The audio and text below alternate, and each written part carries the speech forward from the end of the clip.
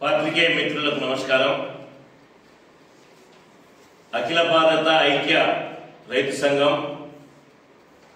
ఉమ్మడి మహబూబ్నగర్, వనపర్తి, నారాయణపేట్, మహబూబ్నగర్ జిల్లా కార్యవర్గాల ఉమ్మడి సమావేశాన్ని ఈరోజు నిర్వహిస్తా ఉన్నాం.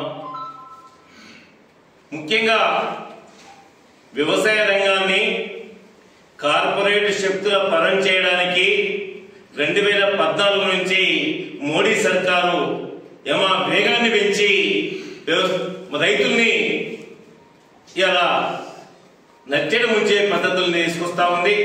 3 చట్టాలు తీసుకొచ్చి ఈరోజు రైతాంగానికి ద్రోహం చేసింది.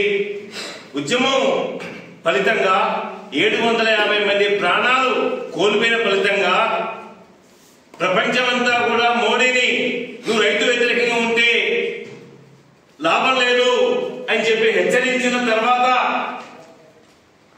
భారత ప్రజలకు, భారత రైతాంగానికి క్షమాపణ చెప్పి ఎంఎస్పీ స్వామినాథన్ కమిషన్ సిఫారసులు అమలు చేసి రైతుకు 200 ఆదాయం తెచ్చిపెట్టాలని చెప్పి హామీ ఇచ్చి ద్రోహం చేశాడు.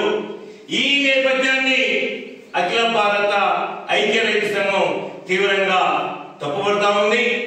దీనికి వ్యతిరేకంగా ఆందోళన చేయాలని, కలిసి వచ్చే రైతు సంఘాలన్నింటినీ కూడా కలుపుకొని ఈ జిల్లాలో, రాష్ట్రంలో పెద్ద ఎత్తున ఆందోళన చేయాలని చెప్పి పిలుచుకోవడం జరిగిందనే విషయాన్ని గుర్తు చేస్తూ, రాష్ట్ర ప్రభుత్వం ఇచ్చిన హామీల్ని వెంటనే అమలు చేయాలని, రైతు భరోసా 2 పంటలకు ఇస్తానని చెప్పిన 15,000 రూపాయలు రైతు ఖాతాలో వేయాలని మేము డిమాండ్ చేస్తా ఉన్నాం.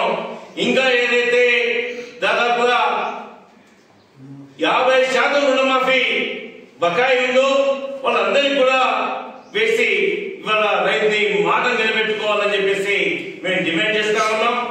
అట్లాగే బోనస్ ఒక్క సన్నధాన్యానికి ఇచ్చి చేతులు దులుపుకుంటా ఉన్నావు. ఆ సన్నధాన్యాన్ని కూడా సగం మందికి మాత్రమే ఈ రోజు అన్యాయం చేసి చేసావు.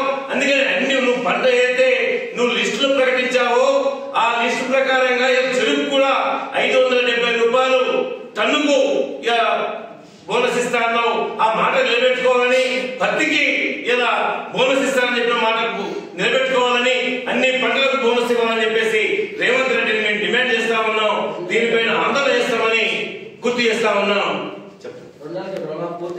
కూడా ఈ రోజు ఏదైతే ఇంకా 11 లక్షల మందికి ఇవాళ బకాయిలో వాటన్నిటికీ ఇవ్వాలని చెప్పేసి, అందరికి కూడా ఎలాంటి షరతులు లేకుండా ఇవ్వాలని చెప్పేసి, రైతు భరోసా కూడా ఇవాళ 15,000 రూపాయలు అని చెప్పేసి మేము డిమాండ్ చేస్తా ఉన్నాం. దీనికి ఒకవేళ రేవంత్ రెడ్డి ఇచ్చిన మాట తప్పితే గత ప్రభుత్వాలకు ఏం గతి పట్టిందో ఇది మీకు కూడా గతి పడుతుంది. రైతు మాత్రం కళ్ళు కాల్చి బాధపడ్డ రేవంత్ రెడ్డి అని గుర్తు చేస్తున్నాం అని చెప్పేసి గుర్తు చేస్తాం.